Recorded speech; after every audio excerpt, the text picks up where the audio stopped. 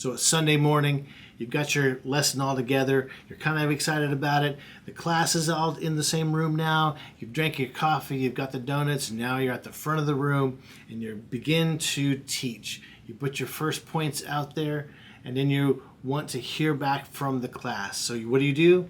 You ask a question, and what you get in response is either crickets or, can you rephrase that? The art of asking the right kind of question is so important. It's something that I struggle with.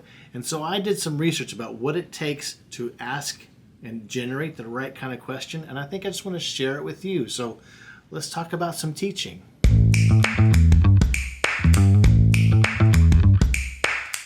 Yeah, so asking the right kind of question is so important. It does so much for your group. We've been talking a lot about authenticity and building cohesiveness and community in your group. One of the ways to do that is surprisingly through questions. What it does, questions build intimacy, it builds openness, and it builds a conversation between the class. So they begin to hear from each other and they get comfortable with each other. So where do you start with asking the right kind of question? Well, there's two places. One is know your material.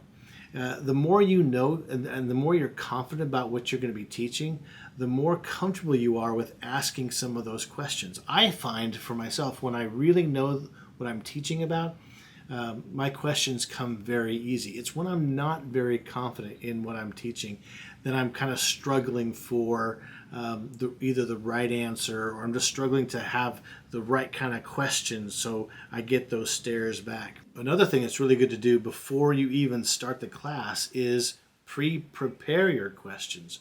Write your questions out. Test them with a friend or test them with your spouse. Say, hey, I'm going to ask this question. What do you think about this question? And they will be able to give you some feedback about whether the question is clear or not. So don't be afraid to have someone else evaluate your question.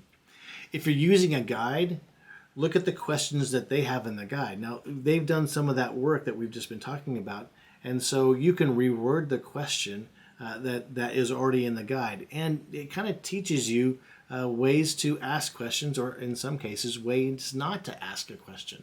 The second thing is knowing what it takes to draw out from your people in your class that confidence. And so there are 5 great things to think about. Let me share them with you. First, people want to be able to analyze and study and look at all different ways. And so think of questions that are analyzing questions that help someone say, okay, what about the other side of the picture? What do you suppose this person's thinking? So if you're teaching a story in the Bible, bring in some of those outlying characters and say, what do you suppose they're seeing? Have your class begin to analyze what you're teaching. The other way is to evaluate what you're teaching. So I heard a teacher just recently ask the class just straight out, do you think I'm crazy with what I've just told you? It's an evaluative question. And so they were able to respond and say, well, no, because I feel the same way.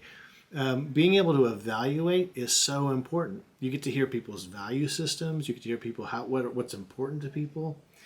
You can ask questions, evaluative questions about whether or not you felt like one of the Bible characters did something good or bad, or what were they doing? So they're evaluating the whole topic.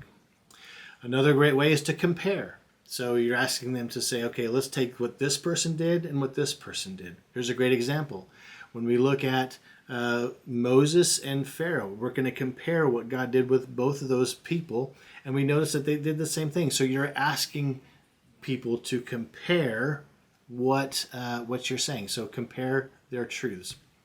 Next thing is to critique. Now, critique is to be critical. And so you're asking them, saying, what do you think is wrong about this statement? Or what do you think is right about this statement? So you're inviting a critical look at these things. And so being able to draw from those 5 ideas will help you generate some of those great questions. One really great question to ask is asking the whole student, even before you start a topic, is say, what do you already know about this subject matter? So if you're doing a study on David, or you're looking at a particular part of David's David's life, you can say, what do you guys know about this story about David?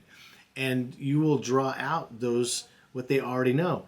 And that's so valuable as a teacher, because you can begin to use their answers and use them as part of your lesson, which again creates that excitement about what they're learning because you're using their examples.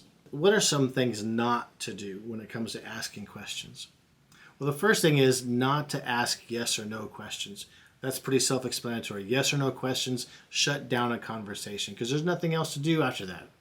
Another thing not to do with asking a question is trying not to fish for the exact right answer. Or what I'm prone to do is ask a question that is and essentially asking the class to read my mind. What am I thinking? What's the one answer I'm thinking in my head? And that's not very fair for the class because they can't do it, and they kind of fish around and stumble around, which doesn't generate confidence in your class. And so with all these things at your disposal, I can't wait to see the kinds of conversations that you'll generate because you've learned how to ask the right kind of questions.